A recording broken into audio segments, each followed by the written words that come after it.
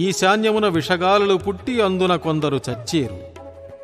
1984 December 3వ తేదీన భోపాల్ పట్టణంలో విషపు గాలి ఫ్యాక్టరీ నుండి ప్రమాదవశాత్తు బయటకు వచ్చి వేల మంది చనిపోయారు. ఈ కాలజ్ఞాన వాక్యం కూడా జరిగింది. చుండూరునందు సుడిగాలి పుట్టి కొందరు కొట్టుకు చచ్చేరు. పాంచాననం వారికి అనగా విశ్వబ్రాహ్మణులకు వృత్తులు నశించిపోయేను. 1,11,000 అయ్యలు మఠంలో గండకత్తెరలు వేసుకుని చచ్చేరు. సూర్యుడు గడగడ వణికేను. 1980 ఫిబ్రవరి 16న వచ్చిన సంపూర్ణ సూర్యగ్రహణంలో సూర్యుడు 14 సెకండ్లు వణికినట్లుగా కోణార్క సూర్యదేవాలయం వద్ద రికార్డు చేసి ఉన్నారు. మరల 1995 అక్టోబర్ 24వ తేదీన కూడా ఇది సంభవించింది. ఈత చెట్టొకటి రేపల్లె మూలన పుట్టి రాత్రిళ్ళు పరుండి ఉదయాన లేచి నిలిచి ఉంటుంది.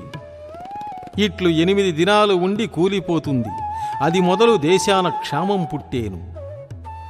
1976 శ్రావణ మాసంలో గుంటూరు జిల్లా రేపల్లె పక్కన గల ఇసుకపల్లె అనే గ్రామంలో ఇది జరిగింది. దినపత్రికలలో ఫోటోలు కూడా ప్రచురించారు. ధర్మాధర్మములు తప్పి తల్లిదండ్రులు స్త్రీలను విక్రయించేరు. ఇది కన్యాశుల్కం ద్వారా రుజువైంది.